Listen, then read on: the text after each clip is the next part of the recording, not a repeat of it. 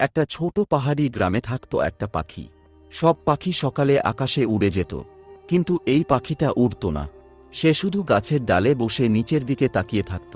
ছোট পাখিগুলো জিজ্ঞাসা করল, তুমি কেন উড়ছ না? এই প্রশ্ন পাখিটি উত্তর দিল, আমি একদিন উড়েছিলাম, কিন্তু সেদিন খুব ওপরে উঠে গিয়েছিলাম। হঠাৎ ঝড় এলো, আমি পড়ে গেলাম। আমার খুব লেগেছিল। এখন ডানা ঠিক হয়ে গেছে, কিন্তু আমার মনটা এখনো ভয় পায়। দিন যায়, মাস যায়, পাখিটা শুধু অন্যদের উঠতে দেখে। মনে মনে ভাবে, ওরা পারে, আমি পারি না। সবাই এত সাহসী, আর আমি শুধু নিচে বসে থাকি। হয়তো আকাশটা আমার জন্য না। একদিন সেখানে এলো এক বুড়ো কাক। সে অনেক দূর উড়েছে, পাখিটার মতন অনেক ঝড় দেখেছে।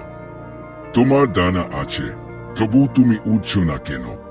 আমি পড়ে গিয়েছিলাম, আমি আবার পড়তে চাই না। পড়ে যাওয়া ব্যর্থতা নয়, পড়ে গিয়ে আর না ওঠাই ব্যর্থতা। আকাশ কাউকে ভয় দেয় না, ভয়টা থাকে মনের ভেতরে। পরের দিন সকালে পাখিটা ভয়ে ভয়ে ডানা মেলল। খুব ওপরে না, শুধু এক ডাল থেকে আরেক ডালে। আশ্চর্য, আমি পেলাম না, আমি পারছি।